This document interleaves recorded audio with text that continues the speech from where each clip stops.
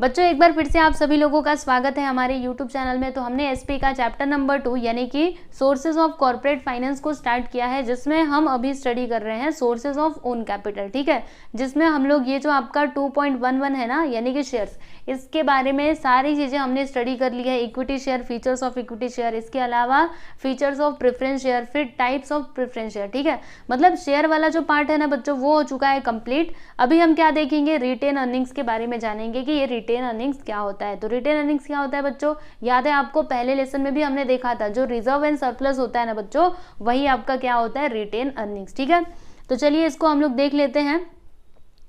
Page number 21 पे है शायद से, पेज नंबर कौन से, यस 22 पे है बच्चे लोग।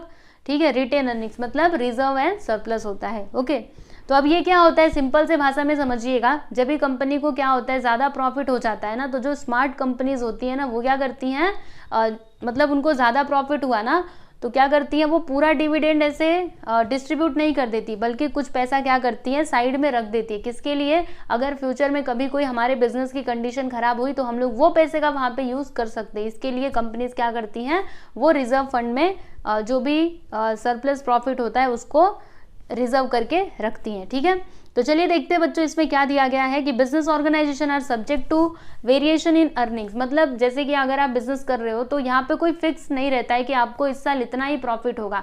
मतलब आपको कभी ज़्यादा प्रॉफिट हो सकता है, कभी कम प्रॉफिट हो सकता है। सही है ना, वेरिएशन इन अर्निंग होता है, यानी आपके ज़्यादा अर्निंग भी हो सकती है, कभी कभी कम भी हो सकती है। ठीक है, it would be a wise decision to keep aside a part of earning during a period of high profit. यानी जब भी कंपनी को ज़्यादा प्रॉफिट होता है तो वहाँ पे क्या करना चाहिए, जो भी पैसा है उसको साइड में रखना चाहिए। ये क्या है, वाइज डिसीजन, यानी ये बुद्धिमान लोग करते हैं।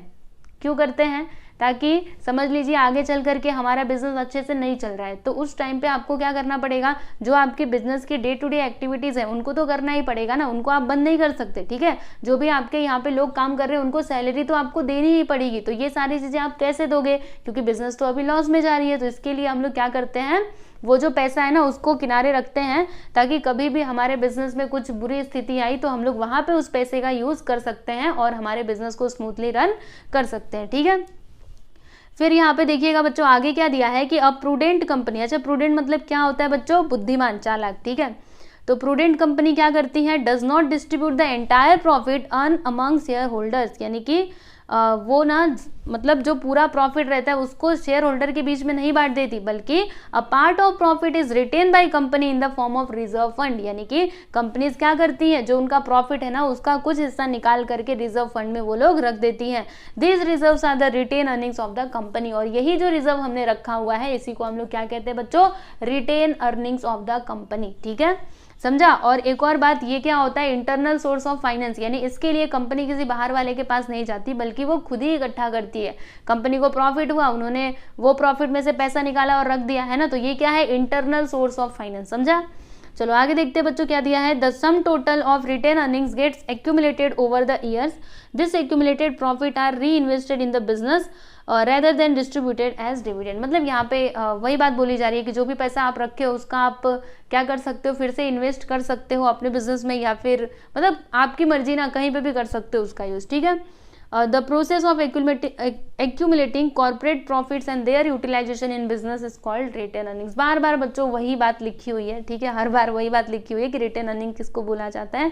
ठीक है, अब देखो ये वाला पैराग्राफ भी हम लोग एक बार देख ही लेते हैं। क्या दिया इसमें कि in simple words, a part of net profit which is not distributed to share holder as dividend is retained by company in the form of reserve fund.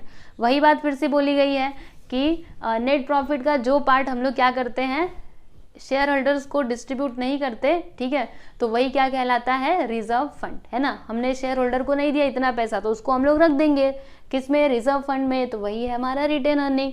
समझ रहे हो कि नहीं, तो वही बात बार बार यहाँ पे बोली गई है। और देखो एक और काम कर सकते हैं, जो भी हमारा पैसा हमने रिटेन करके रखा है उसको हम लोग ऐसे भी तो कर सकते हैं ना, उसका बोनस शेयर भी इशू कभी कभी कंपनीज करती हैं। तो वही यहाँ पे आगे दिया गया है कि bonus shares are issued free of cost to the existing equity share holders out of the retained earnings. यानी रिटेन अर्निंग्स में से ही बोनस शेयर को इशू किया जाता है। ठीक है, मतलब उसको कैपिटलाइज किया जाता है। ठीक है बच्चों, समझा कि नहीं आप लोगों को। आगे देखिएगा बच्चों क्या दिया है कि the management can convert retained earnings into permanent share capital by issuing bonus shares, यानी कि जो मैनेजमेंट है ना कंपनी का, वो क्या कर सकते हैं, जो उनका रिटेन अर्निंग है ना बच्चों, उसको परमानेंट शेयर कैपिटल में वो लोग मतलब कन्वर्ट कर सकते हैं। कैसे? Bye issuing bonus share, bonus share को इशू करके। ठीक है, बोनस शेयर इशू कर देंगे तो उनका वो कैपिटल तो बन ही जाएगा एक तरीके से, राइट। फिर आगे क्या है कि it is an important source of raising long term capital, it is simple and cheapest method of raising finance, यानी कि ये बहुत ही सिंपल है और चीपेस्ट है। ऐसा क्यों बोला? क्योंकि देखो हमने क्या किया, हमारे प्रॉफिट में से ही हमने पैसा बचाया रखा और फिर हमने क्या किया, वो पैसे से जो मतलब शेयर्स थे, बोनस शेयर, उनको इशू कर दिया। ठीक है, तो वो जो पैसा है वो पैसा हमारे पास ही रह गया ना। ठीक है, समझ में आ रहा है आपको? So it is used by established company, it is an internal source of finance. वही जो मैंने आपको बताया था कि रिटेन अर्निंग क्या होता है बच्चों, इंटरनल सोर्स ऑफ फाइनेंस। ठीक है, समझ में आया? रिटेन अर्निंग्स अगर आपको एग्जाम में लिखना हुआ, शॉर्ट नोट अगर पूछा गया आप लिख सकते हो ना। अभी बच्चों हम लोग यहाँ पे क्या देखेंगे, determinants of retained earnings. Retained earnings के जो डिटर्मिनेंट होते हैं, डिटर्मिनेंट मतलब क्या, रिटेन अर्निंग्स जो है वो किसके ऊपर बेस्ड होता है, वो हम लोग यहाँ पे देखने वाले हैं। ठीक है बच्चों, बेस्ड होने का मतलब क्या, यानी कौन कौन से ऐसे फैक्टर्स हैं जो रिटेन अर्निंग्स को क्या करते हैं बच्चों, अफेक्ट करते हैं। ठीक है, वो हम देखेंगे। तो कौन कौन से हैं, पहला यहाँ पे है बच्चों total earning of the company, दूसरा है टैक्सेशन पॉलिसी, तीसरा है dividend policy and the last one is government control. अब ये चारों का मतलब क्या होता है, चलिए हम लोग फटाफट से समझ लेते हैं। Total earnings of the company, यानी कि देखो कंपनी अगर ज्यादा अर्न करेगी तो हम लोग ज्यादा रिजर्व फंड में रख पाएंगे, है ना, और अगर कम अर्न करेगी तो हम लोग कम रखेंगे। यानी ये डायरेक्टली है ना, जैसे कि अगर ज्यादा प्रॉफिट हो गया तो ज्यादा पैसा रखा जाएगा, कम हुआ तो कम हुआ। समझ में आया? तो ये एक बहुत ही इंपॉर्टेंट फैक्टर है। ठीक है, जो क्या करता है, अफेक्ट करता है रिटेन अर्निंग्स को। देखो इसमें वही लिखा हुआ है कि if there is ample profit, बहुत ज्यादा अगर प्रॉफिट होता है, company can save and retain some parts of profit. More the earning a company can save more. Attitude of top management also determine the amount of retained earnings. Attitude of top management का मतलब क्या, वहां की जो management रहेगी वो decide करेंगे कि कितना हमको पैसा रिटेन अर्निंग में रखना है या फिर कितने का डिविडेंड डिस्ट्रीब्यूट करना है। ठीक है, तो उसके ऊपर भी डिपेंड करता है कि कितना आप लोग पैसा रिटेन अर्निंग में मतलब रिजर्व फंड में रखते हो। ठीक है, दूसरा यहाँ पे क्या है बच्चों, टैक्सेशन पॉलिसी, यानी जो गवर्नमेंट की टैक्सेशन पॉलिसी होती है, क्योंकि देखो अगर आप बिजनेस कर रहे हो तो आपको टैक्स तो पे करना ही पड़ेगा। ठीक है, तो टैक्सेशन पॉलिसी भी क्या करते हैं बच्चों, अफेक्ट करते हैं किसको, रिटेन अर्निंग्स को। देखो इसमें क्या दिया है कि the taxation policy of government is also an important determinant of corporate saving. ठीक है, if the taxes levied are at high rates, मतलब अगर ज्यादा मतलब जो टैक्सेस का रेट है अगर वो ज्यादा होगा तो हम लोग कम सेव कर पाएंगे ना बच्चों, लेकिन अगर टैक्स का रेट कम है तो हम लोग ज्यादा सेव कर पाएंगे, ज्यादा बचत कर पाएंगे, है ना। तो ये भी क्या है बच्चों, ये भी बहुत ही इंपॉर्टेंट फैक्टर है रिटेन अर्निंग का। इसके अलावा यहाँ पे क्या है बच्चों, डिविडेंड पॉलिसी, मतलब आपके जो कंपनी है ना उसका डिविडेंड पॉलिसी कैसा है, आप अपने जो भी आपके शेयर होल्डर्स हैं उनको ज़्यादा डिविडेंड देते हो या फिर कम देते हो। ठीक है, इसके ऊपर भी डिपेंड करता है आपका रिटेन अर्निंग, क्योंकि अगर आप ज़्यादा उनको डिविडेंड देते रहोगे तो फिर आप कम रिटेन कर पाओगे ना, लेकिन अगर आप उनको कम क्या दे रहे हो, ये दे रहे हो डिविडेंड, तो फिर आप ज़्यादा इकट्ठा कर पाओगे। ठीक है, तो वही बात यहाँ पे दी गई है। चलो एक बार फटाफट से इसको रीड करते हैं कि it is a policy of board of directors in regular regards to distribution of profits, a conservative dividend policy is needed for having good accumulation of profit। यानी कि अगर आपको प्रॉफिट को अच्छे से इकट्ठा करना है तो आपकी जो पॉलिसी है ना, डिविडेंड पॉलिसी कैसी होनी चाहिए बच्चों, कंजर्वेटिव होनी चाहिए। ठीक है, but this policy affect share holders as they get dividend at a lower rate. लेकिन अभी इसकी वजह से क्या होगा, जो है ना मतलब जो शेयर होल्डर का डिविडेंड है ना उसको वो अफेक्ट करता है अगर हमने ये वाली पॉलिसी रखी तो। ठीक है, सिंपल सी बात है।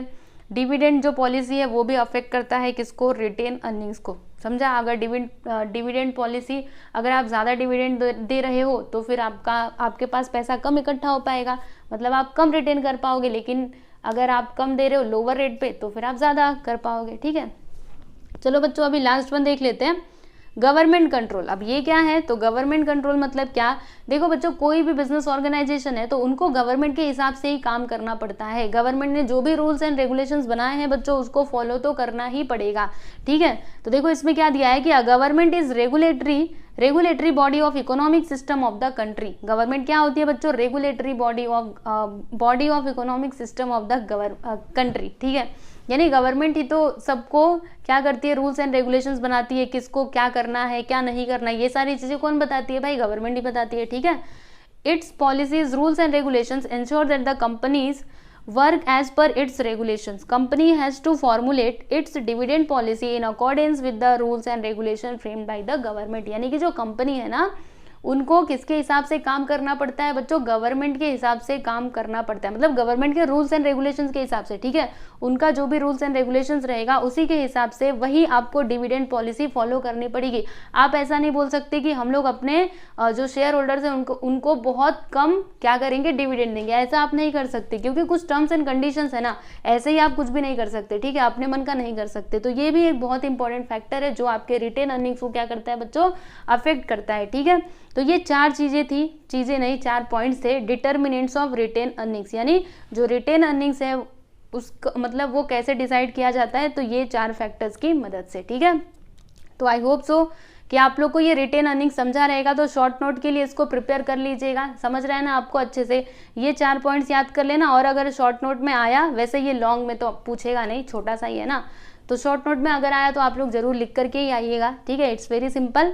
तो यहाँ पे बच्चों फाइनली आपका जो ओन कैपिटल है ना वो यहाँ पे कंप्लीट हुआ। देखो आपको ये चार्ट दिखाना चाहती हूँ मैं, जो हमने एकदम स्टार्टिंग में बच्चों ये चार्ट देखा था, यस ये देखो हमने देखा था ना sources of finance based on types of capital, तो इसमें हमने जो ओन कैपिटल देखा था, ठीक है, तो ये जो है ना ये वाला पार्ट, ठीक है, this part we have completed. अभी क्या बचा हुआ है बच्चों, बोरोड कैपिटल, ठीक है, पहला पार्ट तो हो चुका है लेकिन अभी दूसरा पार्ट बचा हुआ है, तो इसको हम लोग कहाँ पे देखेंगे, नेक्स्ट वीडियो में देखेंगे। देखो बच्चों अगर आपको किसी भी लेसन का कोई भी वीडियो नहीं मिल रहा है तो आपको चिंता करने की ज़रूरत नहीं है, आप सीधे सीधे प्लेलिस्ट में जाएंगे ना, वहाँ पे आपको सारे वीडियोस लाइन से अरेंज किए हुए मिल जाएंगे, और वीडियोस के ऊपर प्रॉपरली नंबरिंग भी की गई है, 1 2 3 4, मतलब उसका पूरा सीक्वेंस बताया गया है, तो आपको ज़्यादा चिंता करने की ज़रूरत है ही नहीं, सीधे सीधे प्लेलिस्ट में जाएंगे तो वहाँ पर आपको सारे वीडियोज़ मिल जाएंगे, ठीक है।